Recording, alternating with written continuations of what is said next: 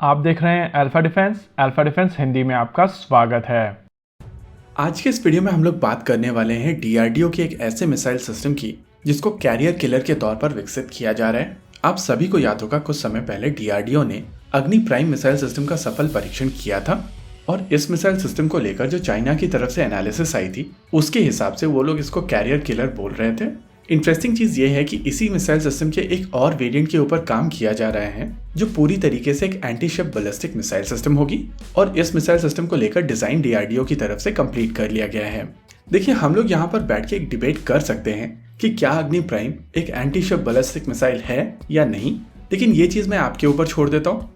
मेरे हिसाब से किसी भी मिसाइल सिस्टम को एंटी शिप मिसाइल होने के लिए उसके पास एक सीकर होना जरूरी है। वहीं पर अगर अग्नि प्राइम की बात की जाए तो अग्नि प्राइम के पास में कोई सीकर नहीं है। ये बेसिकली एक inertial guided ballistic missile system है जिसको जीपीएस या नाविक से ऑक्यूमेंट किया जा सकता है, यानी कि काफी हद तक आप इस मिसाइल सिस्टम को एक massive GPS guided manoeuvrable bomb के तौर पर यूज कर सकते हैं। देखिए, अगर आप किसी भी बैलिस्टिक मिसाइल को ध्यान से ऑब्जर्व करेंगे तो आपको समझ में आएगा कि ये एक स्पेसिफिक ट्रेजेक्ट्री फॉलो करती है, यानी कि लॉन्च के बाद ये स्पेस में जाती है और उसके बाद री एंट्री के दौरान ये वापस अर्थ के अंदर चली आती है।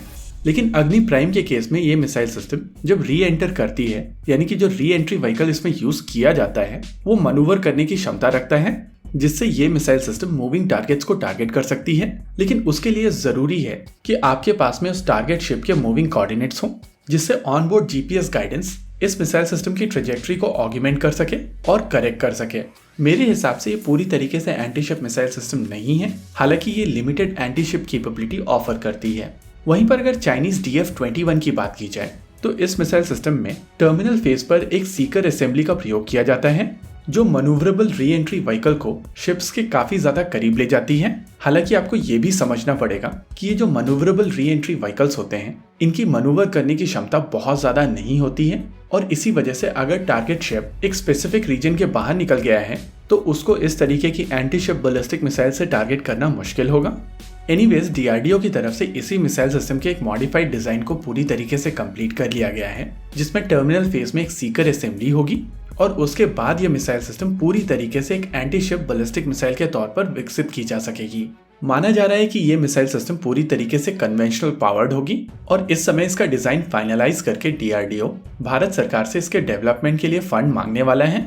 देखिए, मेरा पर्सनल मानना है कि DF-21 भी एक एंटी शिप बैलिस्टिक मिसाइल नहीं है। इसको बेसिकली स्लो मूविंग शिप और हार्बर में मौजूद शिप को टारगेट करने के लिए बनाया गया है, लेकिन कैरियर बैटल ग्रुप्स को टारगेट करने के लिए अभी ये मिसाइल सिस्टम पूरी तरीके से सक्षम नहीं है। नॉर्मली जब भी हम लोग बात करते हैं कैरियर बैटल ग्रुप्स की तो उनके पास कई डिफेंसिव कंपोनेंट्स होते हैं जैसे सरफेस टू एयर मिसाइल और क्लोज इन वेपन सिस्टम्स के तौर पर हार्ड किल मेजर्स होते हैं, इलेक्ट्रॉनिक वॉरफेयर के तौर पर सॉफ्ट किल मेजर्स होते हैं। ये सिस्टम्स डिकॉय भी लॉन्च कर सकते हैं जिससे एंटी शिप बैलिस्टिक मिसाइल्स के सीकर उस डिकॉय के ऊपर लॉक हो जाते हैं और शिप वहां से मूव कर जाता है।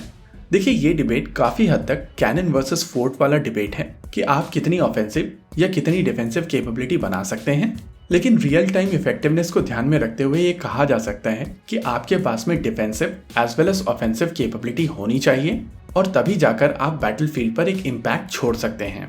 रही बात इस नई मिसाइल सिस्टम की तो काफी हद तक ये भारत और चाइना को इवन कर देगी और मेरे हिसाब से एक ऐसी कैपेबिलिटी आपके पास होनी चाहिए। हालांकि दोनों, ये नई मिसाइल सिस्टम और DF-21D को कैरियर किलर कहना मेरे हिसाब से सही नहीं होगा। इसी के साथ आज के इस वीडियो में रखते हैं केवल इतना ही। वीडियो को अंत तक देखने के लिए धन्यवाद। देखते रहिए अल्फा डिफेंस। जय हिंद।